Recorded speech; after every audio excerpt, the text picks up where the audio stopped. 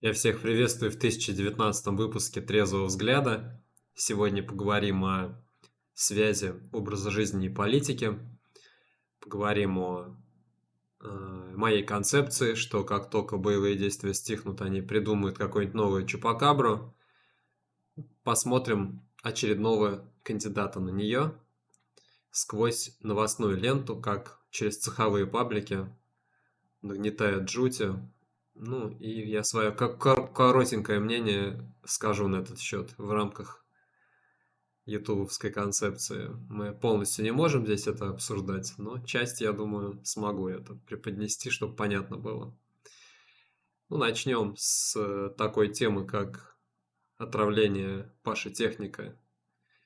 Уехал он за границу, отравился какой-то дрянью. Ну, человек с 14 лет отравился запрещенными веществами, от, от клея до более сильнодействующих веществ. И я, кстати, ну, знал о таком рэпере, но никогда не слушал, о чем он поет. И сегодня мне пришлось перед выпуском, так как я про него вам рассказываю, посмотреть вообще, что это за рэпер.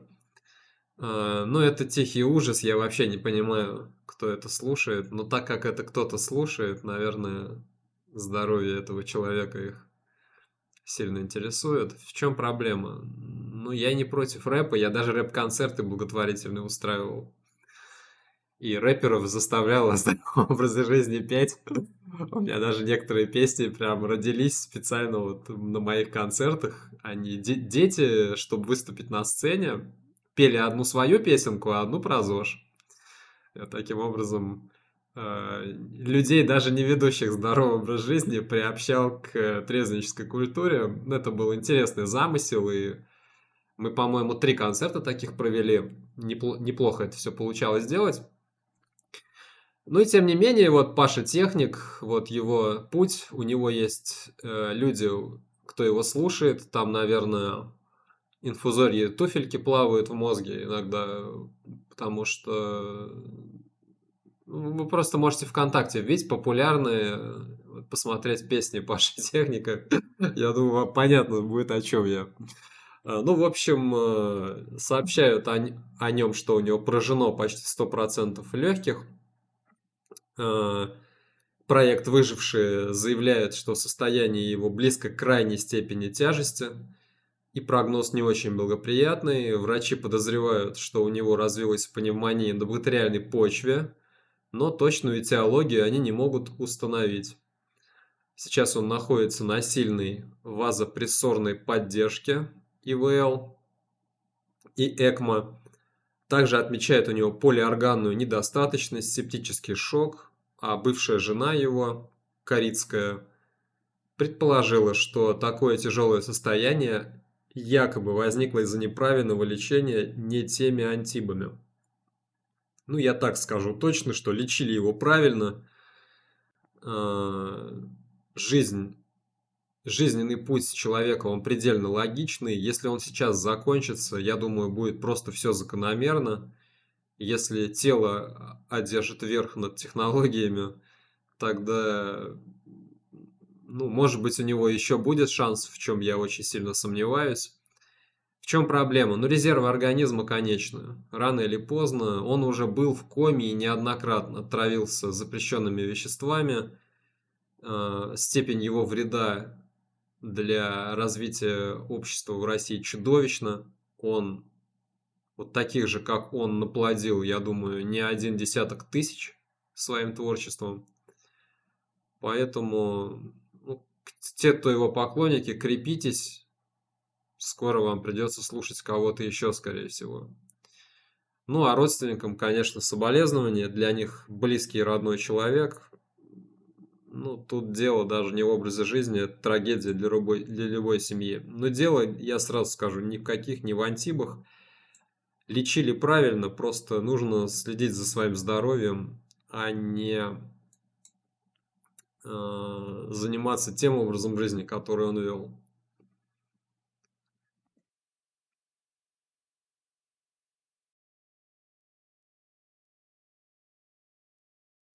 Популярный цеховой паблик Шот есть такой, куда скидывают все вбросы и со спецслужбами, и просто цеховые откровенно. Разные, короче, вбросы там. Такое оперативное СМИ для молодежи преимущественно, я думаю. И вот они такую тему начали раскручивать, как в России зафиксирован пока не идентифицированный вирус. Заболевший жалуется на высокую температуру, сильный кашель с кровью. При этом тесты на чупакабру и грипп отрицательные, симптомы схожие. Начинается все с ломоты, слабости. Затем состояние резко ухудшается.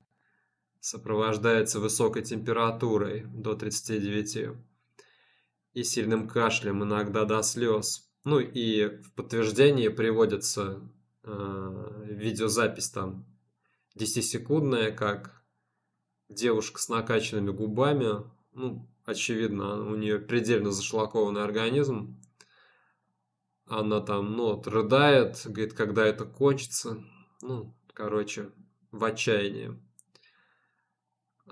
И пишет, что одна из заболевших Александра рассказала, что даже после недели болезни и приема антибов кашель сохраняется. А на 5-й день в мокроте появилась кровь. Тесты на чупакабру, грипп А и Б отрицательные. По словам ее, врачи сообщают о множестве случаев заражения этим странным вирусом, который пока не удалось идентифицировать. В заключениях пишут острая инфекция верхних дыхательных путей, неуточненная ОРЗ. Ну, пишут ОРВИ, но на самом деле это ОРЗ. Рассматривается как микоплазменная пневмония, вспышка которой случилась в декабре прошлого года. Ну, только вы определитесь, она этиология известна или неизвестна. Уж микоплазменная пневмония – это известный патоген, да? Какой тут вывод?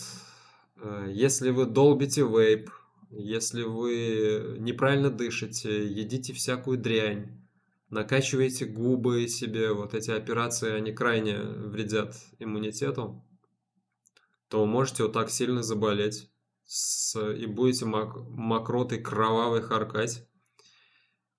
Это о чем говорится? Это говорится об усилении бактериальных инфекций. Бактериальных. Ну, как вот они вирусными их считают. Это бактериальная инфекция. Они же антибы жрут. Теперь, внимание, вопрос. Если это вирусная инфекция, зачем вы жрете антибы? А я вам объясню, почему они жрут антибы. А потому что, ну вот есть хороший паблик, он хорошо объясняет, что вирусы это плазмиды бактерий.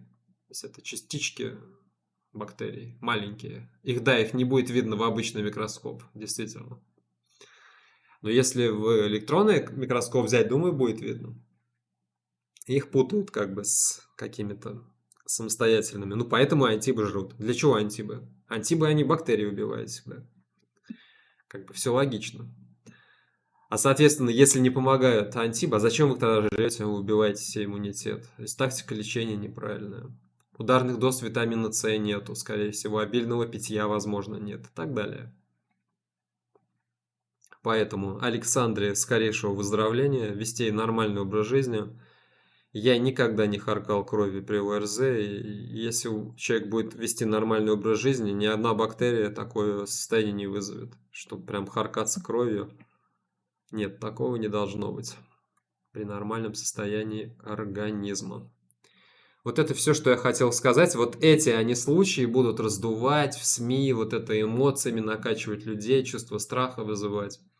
А учитывая масштабы отравления вот этими всеми веществами, мы будем все больше и больше это все видеть клубком. Чем меньше выстрелов, тем больше харчков кровью, если коротко.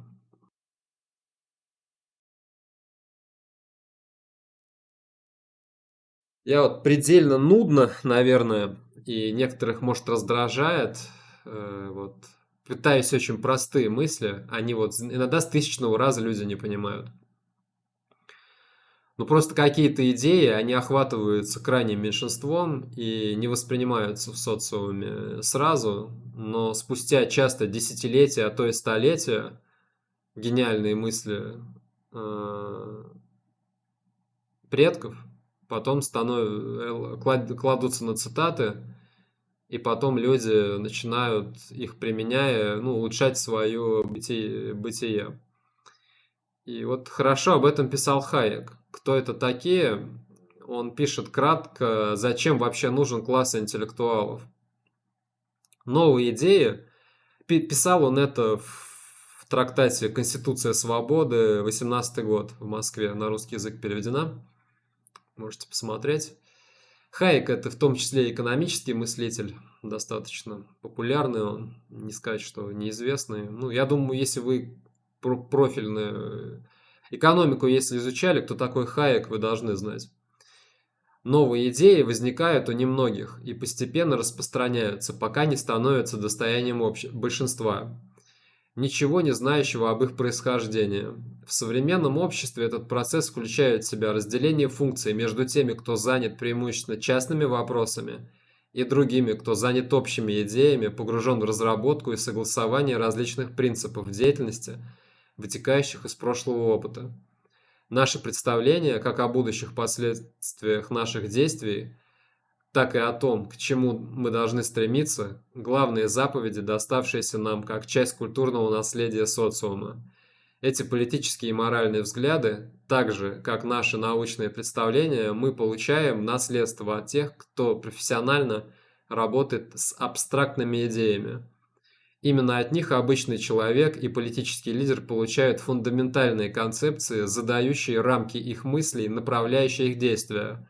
Убежденность в том, что в конце концов именно идеи, а значит и люди, которые запускают новые идеи в оборот, направляют эволюцию, как и в этом, что отдельные шаги в этом процессе должны направляться набором внутренне согласованных концепций. Давно стало это фундаментальной частью либерального мировоззрения. Ну, либерального, значит, свободного. Он в этом смысле имел в виду. Невозможно изучать историю и не узнать об уроке, который дается человечеству в каждую эпоху, и всегда игнорируется, что спекулятивная философия, которая по поверхностному взгляду кажется чем-то крайне далеким от жизни и мирских интересов людей, в действительности является тем самым, что больше всего влияет на них и в конце концов берет верх над всеми влияниями, кроме тех, которым сама должна подчиняться. Если кратко, то это люди, задающие координаты и инструментарий осмысления социально-политической, культурно-экономической реальности. Причем их влияние начинает ощущаться далеко не сразу, а спустя много лет, когда их взгляды и теории доходят до простых обывателей. И они часто отличаются от того, что на самом деле писал или говорил тот или иной мыслитель. С той или иной степени вероятности мы победим идеи Паши Техника и его компании, понимаете? Но пройдет не одно десятилетие, и не один десяток миллионов людей умрет от кровавого кашля, пока мы победим. Вот это вот для чего мы нужны. Это вот если коротко. Ну да, иногда нудно, иногда раздражает, ну уж простите. Приходится чуть ли не каждый выпуск какой-нибудь пример приводить на эту тему. Ну, немного про российско-украинские отношения и не только. Интересная серия ультиматумов прозвучала от Трампа. Он впрямую угрожает Ирану, заявляет, что если тот не заключит сделку ядерную, то по Ирану будут бомбежки. В ответ Иран привел свои ракетные силы в боевую готовность. Также Трамп вчера пообещал вторичные санкции на экспорт нефти в случае отсутствия соглашения с Москвой по прекращению конфликта в Украине. Он заявил, что взбешенный был зол позиции Путина по поводу, как говорится, самоуправления ООН над Украиной и критикой Зеленского в целом. Ну, чтобы не угрожать одной Москве, также он поугрожал и Зеленскому, что ему кажется, что тот собирается увильнуть от сделки по редкоземельным металлам и заявил, что ему будет мало не покажется, прям так и сказал. Очень большие проблемы будут, если он спрыгнет с этой сделки. Ну, это вот такая вот тема. Это вот вчерашний день был вот день ультиматумов.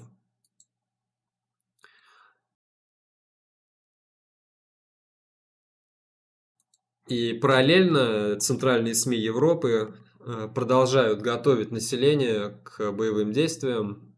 Есть Ле Фигаро, такая газета, такое издание центральное. Вот оно заявило, что Европа готовится к противостоянию РФ в ближайшие 4-5 лет. Ну, засекайте, 29-30 год они оценивают начало конфликта. По мнению высокопоставленных европейских военных, Россия не ограничится Украиной и может прибегнуть к ограниченному вторжению на территорию одной из стран ЕС или к ведению гибридной войны, направленной на подрыв европейского единства. При этом полномасштабная война исключается из риска ядерной эскалации. Они считают, что полномасштабного конфликта не будет, но продолжится как минимум то, что сейчас происходит.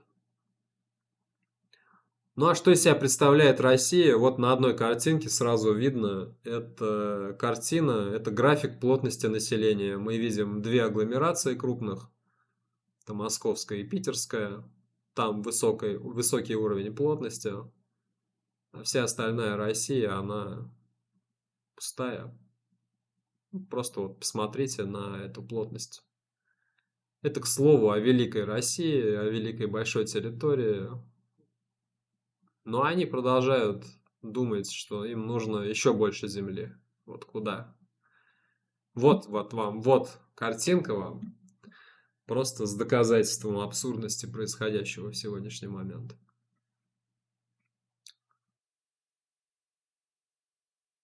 Ну и хотел бы коснуться именно внутренних вопросов, какой ужас просто происходит в экономике, в судебной системе, просто в разнос она пошла, я считаю. И несколько конкретных примеров я хочу вам сегодня привести. Грузоперевозчики России 4 дня не могут оплатить проезд из-за сбоя в госсистеме сбора денег. Вслед за перебоями с алкоголем, из-за сбоя в системе контроля за производством и оборотом алкоголя ЕГАИС, проблемы возникли с автомобильными перевозками. Атаки на российскую IT-инфраструктуру на несколько дней практически парализовали работу госсистемы взимания платы с большегрузов «Платон». За проезд по российским дорогам грузовики массой выше 12 тонн платят сбор около 3 рублей за километр. С момента запуска в 2015 году за счет этого Дорожный фонд перечислено 323 миллиарда рублей. Контроль ведется при помощи специальных рамок и постов контроля. Как рассказывают логисты и автоперевозчики, с четверга 27 марта по воскресенье 30 у владельцев были постоянные перебои с доступом к ресурсам. Они не могли оплатить проезд, и некоторые компании остановили работу из-за опасения получить штрафы за неоплаченный проезд. Операторы горячей линии ничем не помогли, не могли объяснить, как заплатить, если мы не можем приехать в офис обслуживания и платить через терминал, и что будет с назначенными за это время штрафами. Поэтому у нас с пятницы стоят все наши 50 с лишним фур. Одному из инагентских СМИ заявил один из перевозчиков, менеджер автотранспортной компании с юга России. Ну и вот такая вот тема.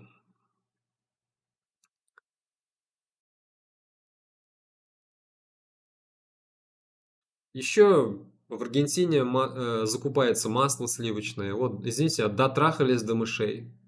Сливочное масло закупать в Аргентине. Вот это то, что надо, это все, что нужно знать про сельскохозяйственную систему. В 2025 году Россельхознадзор зафиксировал рост импорта отдельных категорий продукции, включая сливочное масло. После рекордного за 17 лет скачка цен Россия начала закупать этот продукт в Аргентине, которая вместе с Уругваем стала одним из крупнейших поставщиков масла в страну. Аргентина значительно увеличила объем экспорта, поставив к 21 марта 2000 тонн, что в 5,6 раз больше, чем аналогичный период 2024 года. Уругвай нарастил поставки вдвое, примерно 1000 тонн сливочного масла. Вот такая вот тема. Кроме того, в 2025 году на рынок вышел Иран. Ну, кстати, Иран внедряет вот на нашей базе иранских продуктов уже не меньше, чем азербайджанских или армянских там и так далее. Ну, армянских вообще у нас мало.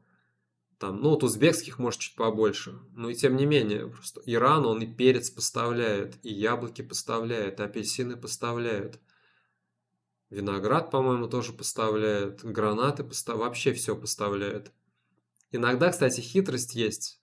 Иногда иранским поставщикам идут преференции по сравнению с азербайджанскими. И Азербайджан пишет в документах Иран, а по факту азербайджанская иногда продукция. Ну, вот такая вот тема. Но я отмечу рост этой продукции вот в нашей базе точно.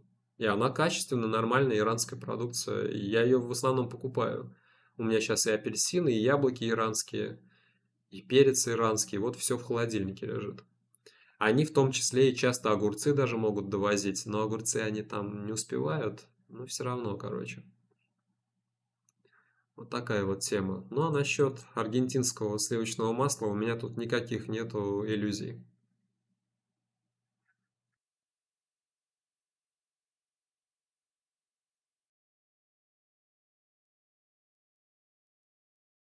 Роструд зафиксировал резкий рост обращений граждан в связи с долгами по зарплате.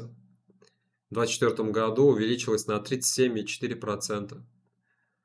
Одна из причин возникновения задолженности – приостановка платежей за отгруженную продукцию компаниями, отвлечение ресурсов на обслуживание займов и недостаток оборотных средств. Ну, это свидетельство огромного кризиса в стране, что люди жалуются на то, что им зарплату не платят.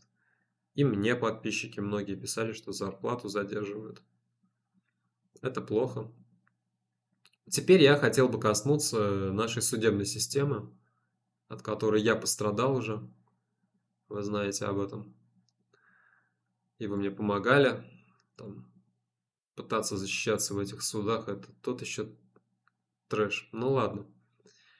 Вот смотрите, новость. Суд вернул Ларисе Долиной квартиру, которую она продала за 119 миллионов рублей и перевела деньги мошенникам.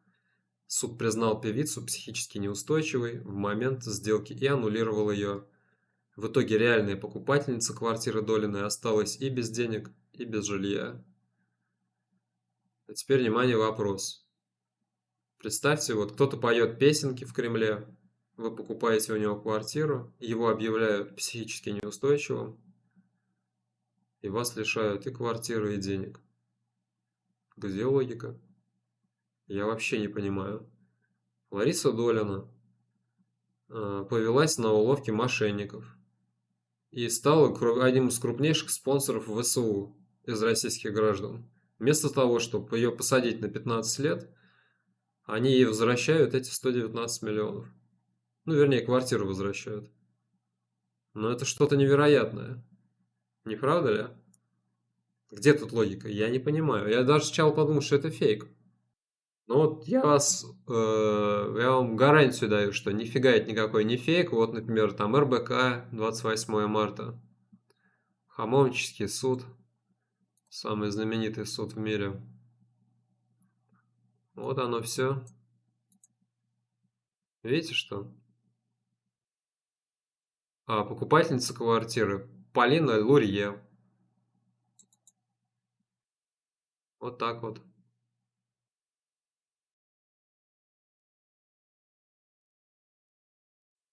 Сделка. Ну, вот аферисты ее обманом побудили продать квартиру. Я думаю, Лурье вообще не в курсе была. Она просто покупала квартиру и все. встречная жалоба, и ничего.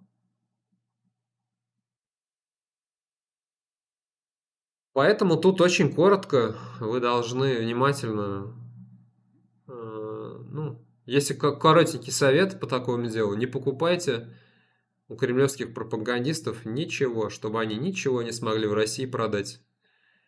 Иначе, ну, могут у вас проблемы возникнуть. Вот еще интересная тема. Негодные протоколы по административным делам перестанут быть основанием для их прекращения. Отсутствие подписи составителя протокола или перепутанные данные могут перестать быть причиной прекращения производства по делам об административках. Комиссия рассмотрит проект изменений в КоАПа, где даст 3 дня на исправление ошибок в документах, которые зачастую являются единственными доказательствами по делу. Это просто жесть. Ну, еще коротенькая тема, заключение. Верховный так называемый суд России признал высокие компенсации за незаконное преследование якобы нарушением прав людей на деньги из госбюджета. Если коротко, было дело Алии Букиной из Челябинской области. Она работала в сфере ЖКХ. Ее обвинили в злостном неисполнении муниципальным служащим приговора суда. Короче, засудили ее. Она в итоге потребовала 4 миллиона компенсации. И в итоге Верховный суд отменил постановление о компенсации, сославшись на то, что не заслужила она миллион, так как у государства есть другие более важные расходы. Ну и теперь юристы подозревают, что сумма компенсации за преступления со стороны властей станут еще ниже сейчас. Государство может незаконно преследовать граждан и заплатить им 5000 рублей в качестве морального вреда, когда вы 2 года отсидите там, в СИЗО по какому-то надуманному обвинению. Они хотят, чтобы вы это приняли и простили их. Вот, это вот реалии, то, что они творят. Судебная система пошла в разнос. Финальная стадия деградации ее наступила. Такой вот сегодня выпуск. Ставьте пальчик вверх обязательно. 3 телеграм-паблика. 5 ставьте на Бастионе. Комментируйте. Те, кто донатит животным и мне, огромное всем спасибо.